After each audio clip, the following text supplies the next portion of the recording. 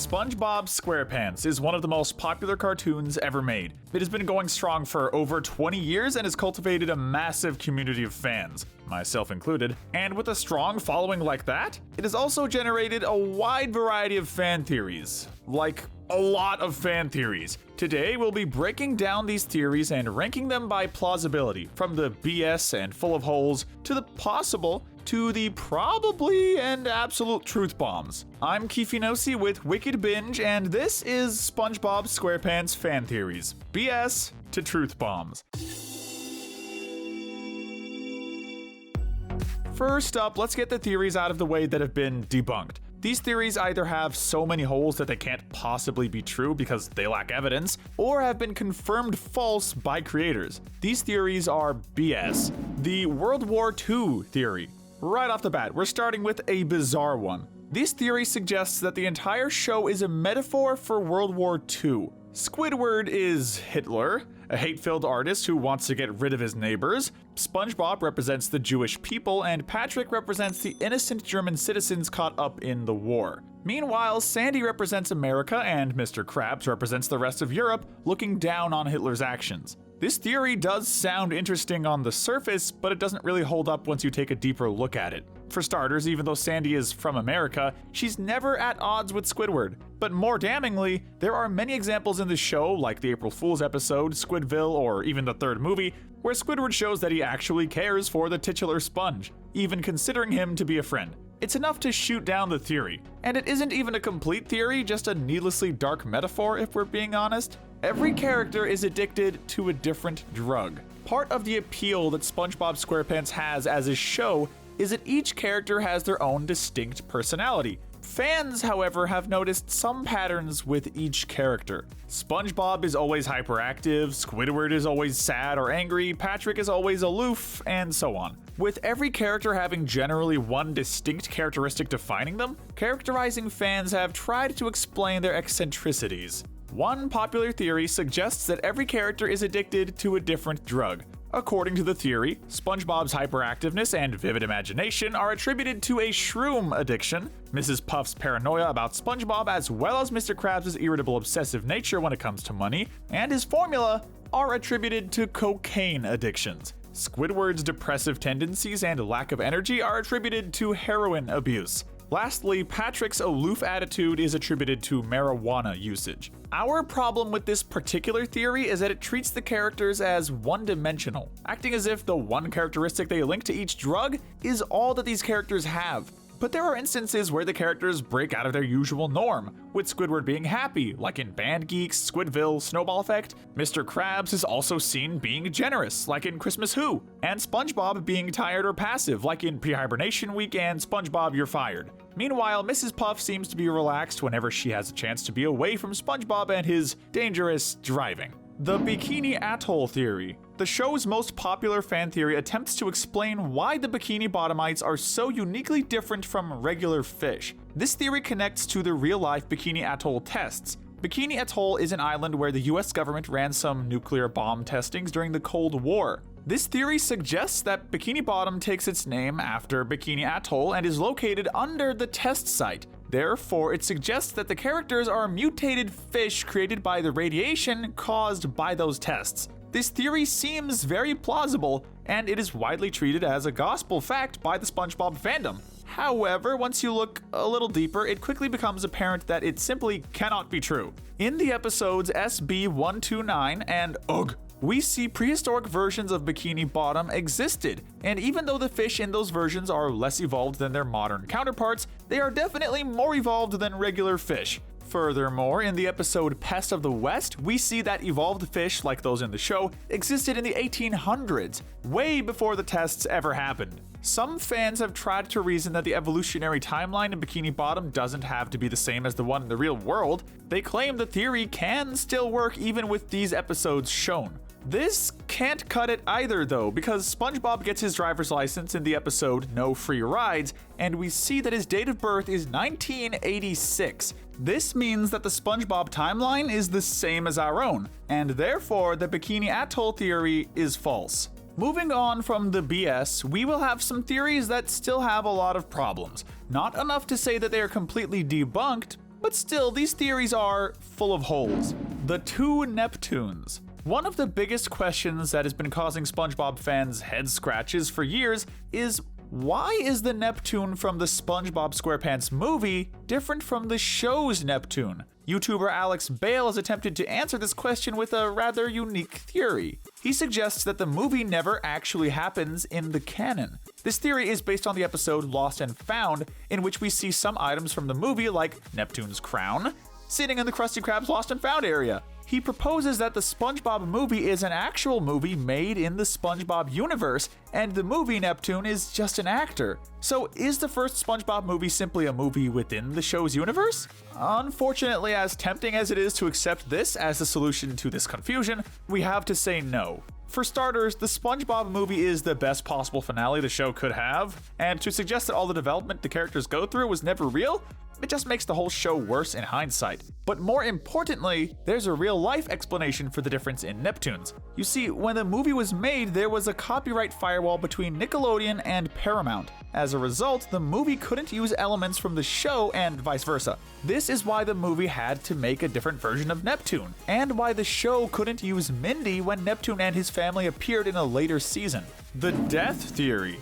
While we are on the subject of the SpongeBob movie, we need to discuss one more theory that originates from it. It is no secret that after Mr. Hillenburg left the show, the writing quality worsened, causing the character of SpongeBob to become a lot dumber and more childish. This theory suggests that the original SpongeBob actually did die during the famous Shell City death scene. Because sea sponges like SpongeBob reproduce asexually, the SpongeBob that was created when he got watered again was his offspring. This could explain why he's less intelligent and more babyish in the following seasons. This theory might sound pretty logical on the surface, though it has a lot of problems. For starters, the movie is canonically set as the series finale. Therefore, all the episodes released after it chronologically take place before it. Not to mention that this theory fails to account for the rest of the movie after this scene, where SpongeBob does act like his usual self. Krabby Patties are made out of crab meat. Every fan of SpongeBob has caught themselves occasionally wondering what the secret of the Krabby Patty formula is that Plankton is trying so hard to acquire.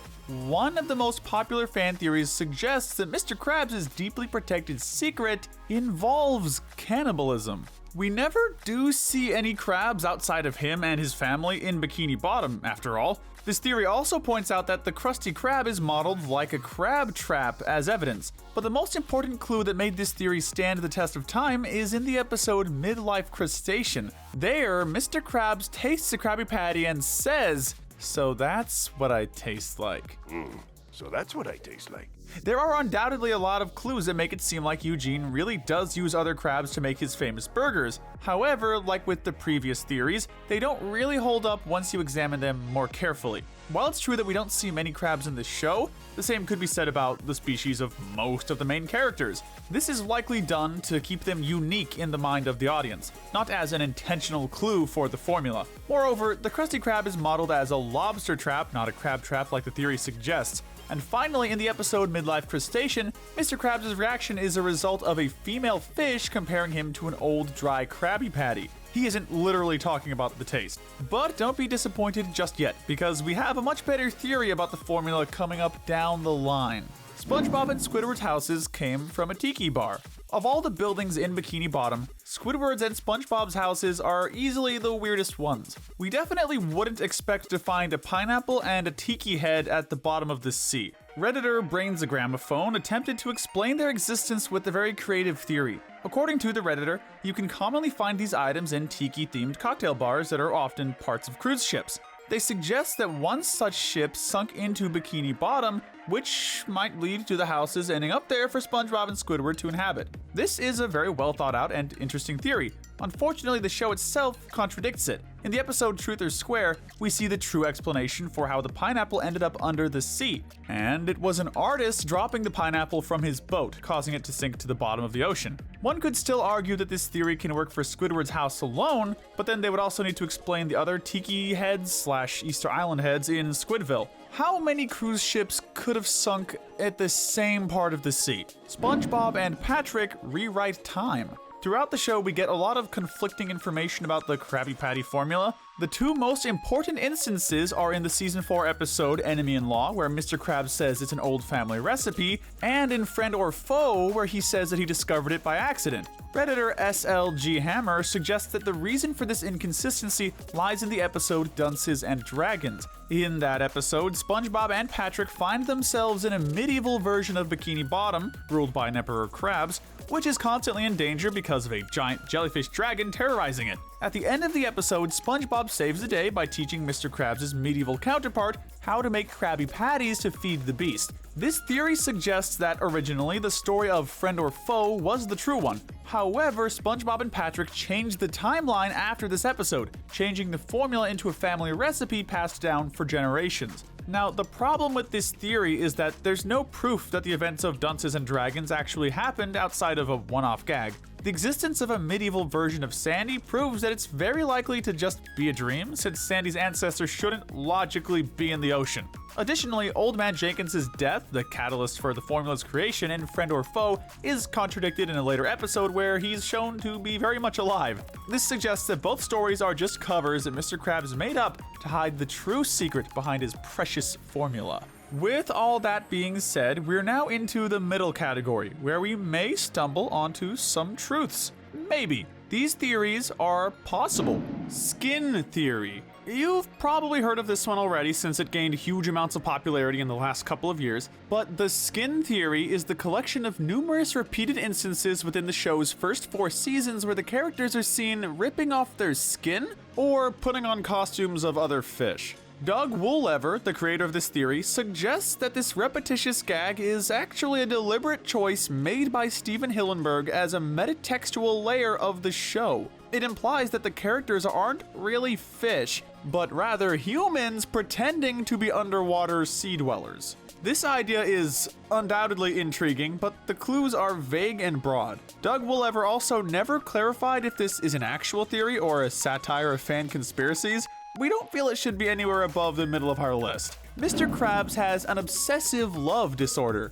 We all know that Mr. Krabs loves his money. But just how deep does that love go? YouTuber The Theorizer suggests that it goes far deeper than typical greediness. His theory is based on Eugene's childhood filled with poverty, bullying, and social isolation. The theory states that after Eugene lost Plankton, his only true friend, he developed an obsessive infatuation for money, personifying it to make up for the emptiness of his life. In short, he is literally in love with the concept of money and the physical product. The show deliberately has a lot of instances that support this theory, like the mention of him spiraling into a depression before he opened the Krusty Krab, which could have magnified his obsession. There was also that time where he sold his soul to make money talk and be able to form a relationship with it. He even tries to marry his money, literally. Even when he starts dating Mrs. Puff, he acts obsessively, as if his infatuation for her is battling with his desire for money. The only real issue with this theory is that he has been dating Mrs. Puff for years, which we wouldn't see working out if he had such a severe obsession. But this could be interpreted as him just managing to slowly overcome it due to her influence. SpongeBob is an immortal god. SpongeBob has sustained a lot of injuries during the duration of the show, yet he always seems to come out of harmful situations relatively unscathed, even ones that cut him to literal pieces. We see this in the episode No Free Rides. He's also shown to not feel pain and be able to do incredible things like breathing life into inanimate objects like Bubble Buddy, or his whole guitar number in the movie. This has caused a lot of fans to speculate that when Neptune made him a god in Neptune's spatula, he never took his divine power back. And as a result, SpongeBob is still an immortal god. The only real monkey wrench in this theory is that in the ending of the episode The Great Patty Caper, we see that SpongeBob has become an old man. If you do consider that scene canon, then the theory isn't really feasible. But that's still up to interpretation. Squidward is SpongeBob's guardian. For all the annoyance SpongeBob has caused Squidward, he rarely seems to actively try to get him out of his life. And they both live in abnormally large houses for the wage Mr. Krabs pays them. Some fans have combined these two facts into a very cool theory. These theorists believe that SpongeBob's parents are actually very wealthy and knew Squidward before SpongeBob moved into Bikini Bottom. This is based on the fact that Squidward seems to have a connection to high society, if we take his common past with SQUILLIAM into account. So, knowing that their son really wanted to live on his own, but worrying that he wouldn't manage due to his naive nature, they bought SpongeBob a house next to Squidward. They hired Squidward to be his guardian and watch over him from a small distance. On the flip side, we had the instances where Squidward did try to leave Bikini Bottom, like in Opposite Day and Squidville, but we could just interpret them as moments when Squidward just got fed up with SpongeBob and wanted to quit his job of guarding him. We are definitely not saying that it's true, but this idea is too heartwarming to overlook. These next conspiracies make a lot of sense. In fact, we think they're more likely to be true than not. These theories are probable. SQUILLIAM is a fraud. Alex Bale's first SpongeBob theory wasn't as good as his other ones, but it still has a lot of merits. His proposition about SQUILLIAM is that he isn't really all that successful nor great.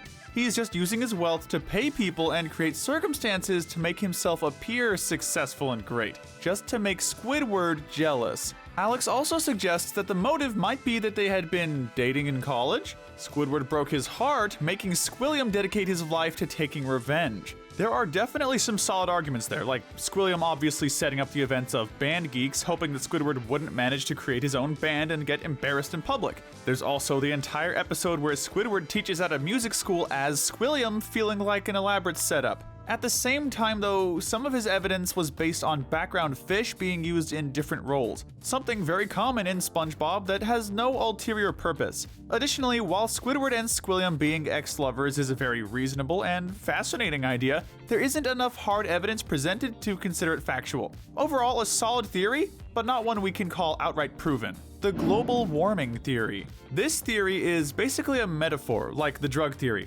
However, unlike that one, this fits the show much better. Theorists suggest that SpongeBob is modeled after a kitchen sponge rather than a typical sea sponge because the whole show is a rather sophisticated allegory for the problem of global warming. SpongeBob, being a kitchen sponge, represents pollution. He works for Mr. Krabs, who represents large corporations responsible for the pollution of the environment, and they don't care how much they waste as long as they profit. Patrick represents the apathy the majority of Western civilization has toward the problem. Squidward represents liberalism. He is into art and culture, but his interests are constantly ignored by those around him. Squidward is forced to work for the corporations he hates. SpongeBob's driving tests are even theorized to represent environmental standards that we keep failing to reach. Given Mr. Hillenburg's scientific background, it isn't hard for us to believe that he intentionally put this message in his show. Secret Box and the Donut of Shame are connected. In the episode Secret Box, we learn that Patrick has an embarrassing snapshot of SpongeBob from the Christmas party in his possession. Some fans theorize that this photo may have come from the episode Donut of Shame, where SpongeBob and Patrick are seen being wasted after a big party. The only issue with this theory is that the party mentioned in Secret Box is said to occur during Christmas. On the other hand, the timing in Donut of Shame is unspecified, so of course that doesn't mean it didn't take place near Christmas. Karate Choppers is a metaphor for sex. Karate Choppers is an iconic and very funny episode about SpongeBob and Sandy's obsession with karate. But some fans went a little deeper, believing the whole episode to be a metaphor for a sex-obsessed couple. After all, in this episode we first see that SpongeBob expected Sandy to already be in his home waiting for him to come back and engage in some karate action. And when they do start fighting, SpongeBob says, "Safety first," winking at the audience. Just a second. Safety first! We also see that his karate obsession even causes SpongeBob to underperform at work, to the point where he literally imagines Sandy being there and winking at him. But the most important evidence comes from the end of the episode where they go in the park trying to distract themselves from their karate obsession. They end up succumbing to it, having karate all over the park. The session ends in a way that is really reminiscent of Pillow Talk, with SpongeBob even wondering if Mr. Krabs ever does karate. It's a question that would make way more sense in the context of this metaphor. Seeing that old SpongeBob very often made explicit allusions to jokes like that, we think it's very likely this theory actually has truth to it. Patrick and Sandy hate each other. For all the time they spend together, Sandy and Patrick don't seem to be very fond of each other. They often get at odds with each other about SpongeBob, like in the episode Suds. Patrick often finds chances to bully Sandy, like in the episodes Texas, Band Geeks, and Squirrel Jokes. For that reason, Sandy often seems visibly annoyed by Patrick's behavior. Redditor Van Harde Opencart suggests that this mutual disdain connects to another theory that we'll get to. According to this theory, Patrick is smarter than he lets on, so Sandy hates Patrick because she sees through this act, and Patrick hates Sandy because she's getting SpongeBob out of his negative influence. They just tolerate each other for their mutual friend's sake. Whether that theory is true or not depends on whether one believes that Patrick is a jerk, but it's definitely one to contemplate on. Neptune and Poseidon. One of the most head-scratching aspects of SpongeBob is the simultaneous existence of both Neptune and Poseidon, ever since the movie Sponge on the Run came out. Most fans assume that this movie and the Camp Coral spin-off that connects to it take place in an alternate universe from the main show. This could explain the inconsistency if it wasn't for the fact that Poseidon is directly mentioned in the episode Spongehenge. It means that at some point he did exist in the main timeline as well. Fortunately, Alex Bale came up with an explanation. He noticed that aside from Neptune, a Roman god, all the other mythological elements from the show come from Greek mythology, including his own wife, Amphitrite. He also noticed that Neptune is the only god shown to have actual magic powers, while Amphitrite and Poseidon use tridents and other technology as the sources of their power. With these observations, Alex deduced that Poseidon was the true god of Atlantis and Neptune took his place. As for how and why that happened, answers were found in a short detailing Neptune's origin. He was left by his mother as a baby and then got his powers from aliens. The origin sounds weird, but it lines up with the episode Atlantis SquarePants, where we see a different city of Atlantis. The place is inhabited by aliens with the same technology as the Atlanteans, Atlantis being a city that suddenly disappeared one day. With all these clues, Alex Bale deduced that the Atlantean aliens once shared their technology with the Greek gods, giving them their god status, and they named their city Atlantis to honor them. But Poseidon betrayed them and tried to use their weapons against them to take over their city and turn it into a casino like he did in the alternate timeline. But this time, the aliens used their technology to give powers to an orphan Neptune. They got him to overthrow Poseidon and save their city. They then hid it so that Poseidon wouldn't find it again. This would explain everything about the gods as well as the weird Atlantean aliens. It also does sound like a story taken straight out of Greek mythology, outside of the alien part.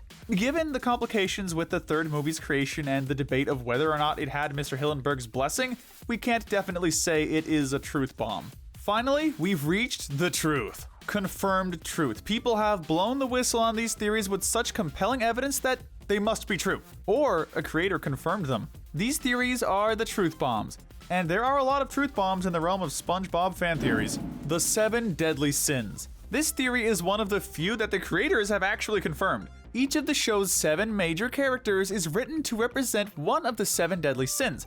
SpongeBob, who's always spreading love and happiness, represents lust. Gary, whose main concern is eating, is gluttony. Mr. Krabs obviously represents greed. Patrick, who is always lazy, represents sloth. Plankton, who's always jealous of Mr. Krabs' success, represents envy. Squidward, who's always grumpy or enraged with his neighbors, represents wrath. And finally, Sandy, who wears her scientific and athletic accomplishments on her sleeve, represents pride. Honestly, this model was a very clever way to create fun and unique characters. The sky flowers are boat propellers. Have you ever wondered what's the deal with the flowers on the sky of Bikini Bottom? Well, if you did, Redditor Mimi the Brave has found an answer, and it's a really great one. He noticed that the flowers have a very similar shape to boat propellers, only some are slightly more distorted. This led him to theorize that the flowers are the reflections of boat propellers coming from boats on the surface above Bikini Bottom. And if you aren't convinced from that idea on its own, there is a significant piece of evidence he presented that you can't refute. In the episode SB129, Squidward time travels to prehistoric Bikini Bottom. There we see that the sky had no flowers.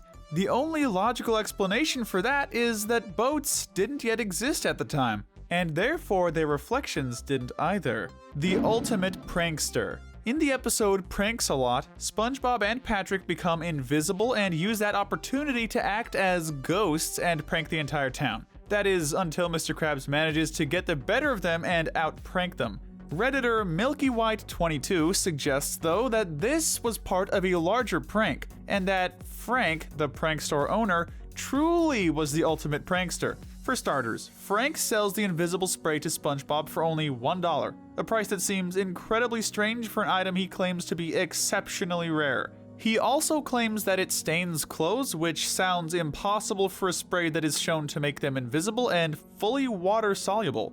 The final contradiction of the episode is that Mr. KRABS somehow has invited the entire Bikini Bottom. He's created a stage specifically to humiliate SpongeBob and Patrick, even though he shouldn't know that they're the ghosts. Not to mention, they glued the door of the Krusty Krab and replaced the windows with rubber, making it impossible to enter or exit it. All these clues suggest that there is a larger plan at play. Frank was the one pranking SpongeBob and Patrick the entire time. When we saw them in his store, he gave them the invisible spray, acting like it was a $1 item. He knew that eventually they wouldn't be able to resist making themselves invisible. He also told them the lie about staining their clothes he knew they would believe to create the circumstances to eventually humiliate them. Then he waited for the perfect opportunity, and when he read the newspaper article with Mr. KRABS challenging the ghosts, he knew he had found it. He contacted Mr. KRABS and told him everything about the spray and how to wash it off. He also told him what SpongeBob and Patrick had been doing.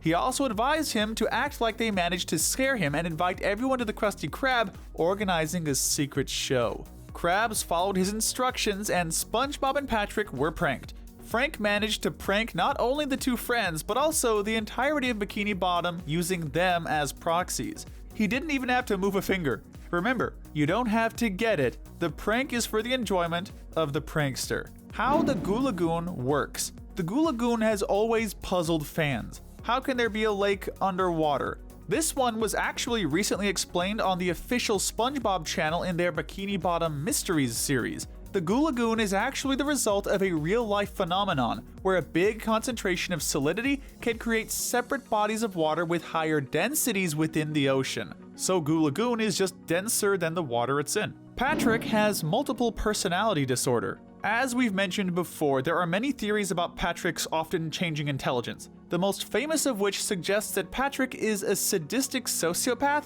who pretends to be an idiot to manipulate those around him. We chose to feature a more interesting theory, made again by the theorizer. What he proposed is that Patrick has multiple personality disorder. The biggest clue for this theory is in the episode Patrick's Smart Pants, where his brain is portrayed as a collection of dusty cogs. This indicates that he was once smart. After some sort of traumatic event, he pulled the plug on his own intelligence, becoming the dumb goofball we all know. The theorizer takes this a step further though. He suggests that this event mentally damaged Patrick, causing him to develop multiple personality disorder. Patrick constantly creates new personalities with IQs varying from about 0 to Einstein levels. This is why his behavior changes so rapidly between episodes, or even sometimes in the duration of the same episode. This idea may sound outlandish, but there's a surprisingly high amount of evidence behind it. There are a lot of episodes like I Had an Accident and Tentacle Vision where Patrick directly acknowledges that his stupidity varies. It depends on external factors. It's not always the same. There's also The Card, in which he implies he has some level of control over that changing intelligence. These could all be interpreted as Patrick's alternate personalities manifesting. And it goes even deeper. There were episodes like Squidtastic Voyage or Copy Bob Ditto Pants where Patrick has sudden bursts of intelligence. At one point, he understands scientific principles or quotes Shakespeare, only to regress back to a state of complete cluelessness or craziness as suddenly as he became smart. These are all textbook manifestations of multiple personality disorder, but probably the most important piece of evidence in this whole theory is the mirrors. Throughout the show, there are several scenes where Patrick looks into a mirror. Suddenly his reflection gets a personality and acts like a separate entity. He's even implied to have a long-standing relationship with these reflections. In fact, these instances are even so frequent that there is a page about them in the SpongeBob Wiki, considering the reflection to be an alternate universe. But in the context of this theory, the reflections in the mirror are simply Patrick's other dormant personalities that occasionally come to the surface. So there you have it. Patrick is neither dumb nor an evil genius. He just can't stay with one solid identity. The television theory. We saved the best for last. It's time to discuss Alex Bale's most groundbreaking theories, starting with the television theory. This theory is rather simple compared to his other ones. Everything we see the characters go through is part of an in-universe nature documentary/reality TV show. Scuba divers actually shoot the everyday lives of the Bikini Bottom citizens and broadcast it for humans' entertainment. And the French narrator, who is an actual character, is one of the showrunners. This would also explain one of the weirdest endings in the show's history. The ending of the episode, I Had an Accident, has a live-action gorilla come out of nowhere. When SpongeBob questions it, the gorilla just yells, "George, they're onto us," and hops onto a live-action quote-unquote zebra and runs away. What? What's a gorilla doing underwater in the first place? The scene then fades into a human house with a weirded out family shutting off the TV. In the context of this television theory, this makes perfect sense. The gorilla and zebra are actors put there to make the documentary's episode interesting, and the family, well, they're the viewers. The theory would also explain other things, such as the big live-action hand appearing in certain scenes, and Patchy the Pirate's existence. It would also explain the existence of a sponge commercial for humans in one of the episodes. This theory, in fact, has been confirmed by the show. In the bonus features of one of the early DVDs, a commercial basically confirms that SpongeBob SquarePants is a show within a show. Oh, but there's more. Alex Bale also suggests two other things. One of them is that there are spies hidden within Bikini Bottom. They're put there by the showrunners to either create interesting stories or maintain order for the show. One of these spies is none other than Sandy Cheeks. This is proven in the episode Feral Friends, where we see her directly contacting the French narrator who has a picture of her. The final part of this theory ponders how the show can shoot scenes inside the buildings, since the scuba divers obviously can't go in. This is answered in the episode Truth or Square, where Mr. Krabs is revealed to have put cameras in everyone's house. He also has an entire studio of monitors watching them and a crew recording them even as the episode goes on. This proves that the showrunners paid off Mr. Krabs to spy on his fellow Bottomites and provide the showrunners with the material. Mermaid Man and Barnacle Boy! The television theory also contained a mini-theory explaining the existence of the two iconic human heroes within a world of fish. Their second episode starts with the narrator describing SpongeBob's day with their brand products. It was made in a way that really seems like product placement for the financial needs of the documentary. This indicates that they're heroes who were sent to live in the sea in their active years so that the showrunners can make a marketable action show around them. And when the time came for their retirement, they were so detached from human society, they used Mermaid Man's shrinking belt to make themselves the same size as fish and then live with them. Mrs. Puff's dark past.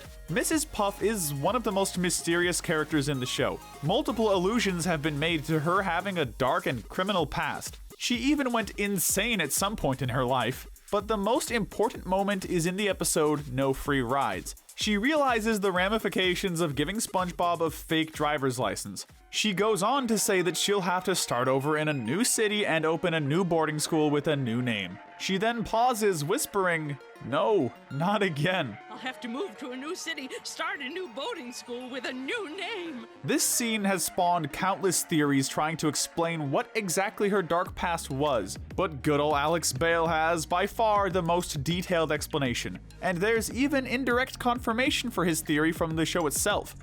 His idea is that when Mrs. Puff says, "not again" in that scene, she literally means the same thing happening in the episode had happened before in another city. Mrs. Puff originally had a different name and was a boating teacher in New Kelp City, but at one point she gave a license to a bad student who didn't deserve it because she was tired of having to deal with them. That student ended up causing massive damage in the city, causing her to go insane and fall into a life of crime before coming back to her senses. She changed her identity and moved to a new city to get away from her past. The basic clue behind this idea is the news report Mrs. Puff imagines accusing her about negligently giving out a license. The reporter breaking the news story is the same reporter we see in most episodes. However, unlike with every other appearance of the reporter, he has hair. That indicates that he's younger here than in his present-day appearances. Therefore, Mrs. Puff isn't just imagining what would happen with SpongeBob, but she remembers the news reports of her old incident when the reporter was younger and had hair.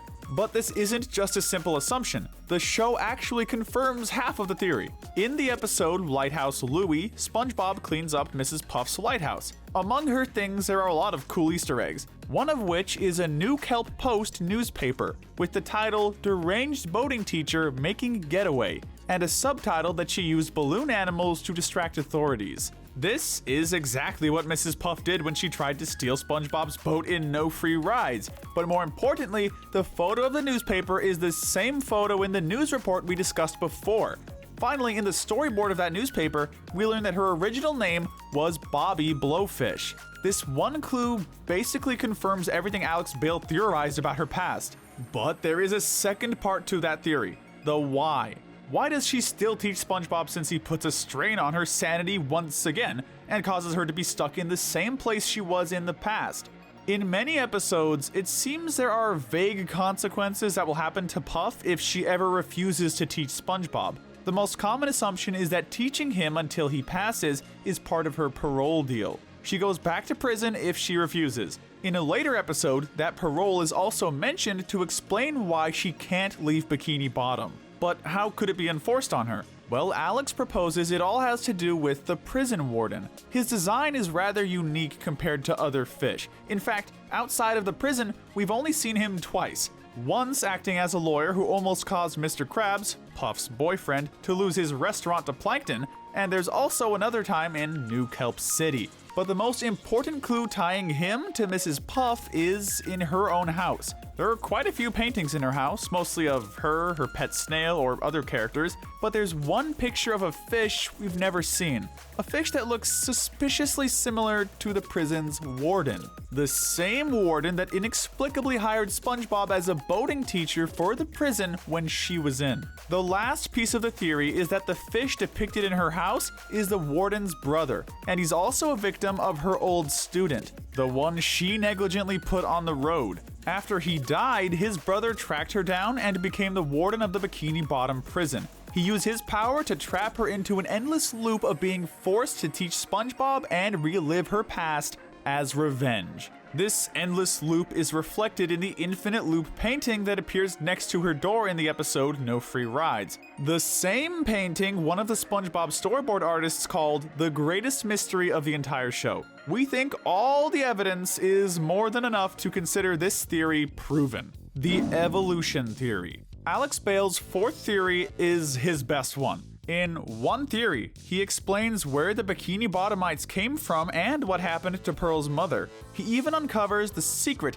of the Krabby Patty formula. This will be a somewhat complicated one, so pay close attention. In the episode Feral Friends, we see a peculiar green moon devolving the characters into more primal forms resembling actual fish. The French narrator calls it Neptune's moon, and Neptune is the only character in the show outside of the Flying Dutchman that we've seen having supernatural abilities, and the only immortal one who could have been alive when the more evolved Bikini Bottom fish started to exist. This indicates that Neptune used his divine powers, which were given to him by aliens, to develop his subjects into forms that could worship him better. But we do see unevolved fish in the forms of the jellyfish and pets of Bikini Bottom and the other fish seen in the episode SpongeBob's Big Birthday Blowout and the third movie.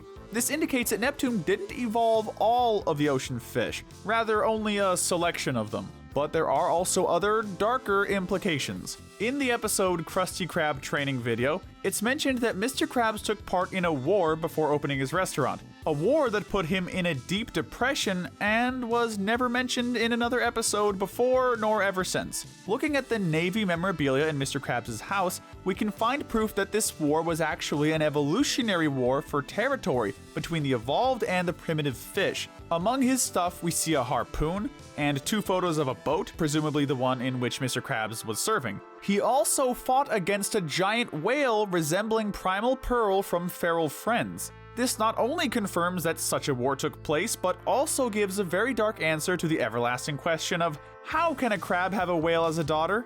Well, Mr. Krabs killed Pearl's mother during the war before finding out she had a baby. This is what put him into a depression, and this would explain why he uses the phrase Mother of Pearl whenever something scary or surprising happens. Mother of Pearl! But that's not all. The theory also has an even darker answer to the show's other big question. Remember how Mr. Krabs is said to have opened his restaurant after the war, which is what helped him get over his depression? Alex Bale suggests that the reason for that was to hide what he had done.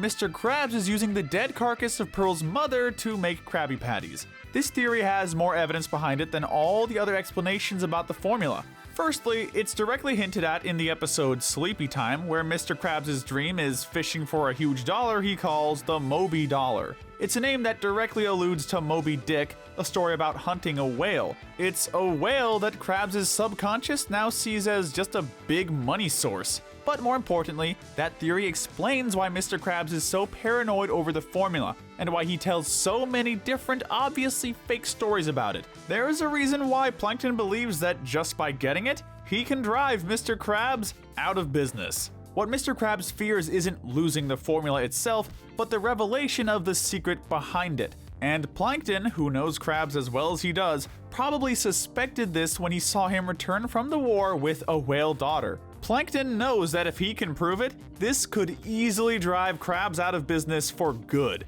So, there you have it. The two biggest questions of the show were finally answered. We don't want to end this video on such a sour note though, so we'll discuss one more theory of our own. Squidward is actually talented. This is a rather light and heartwarming theory. In many episodes, Squidward is portrayed as a bad artist who doesn't have any talent in music nor drawing, no matter how hard he tries. But that is not always the case. In one episode, we see Squidward create a fantastic sculpture without even trying. More importantly, when it comes to his music, in the episode Suction Cup Symphony, he manages to write an entire symphony that gets a standing ovation from the whole of Bikini Bottom. In the episode Best Day Ever, he's even able to perform an entire big concert at the level of one of SQUILLIAM's concerts. More importantly, at the start of the episode Bubble Stand, Squidward is playing his clarinet very badly.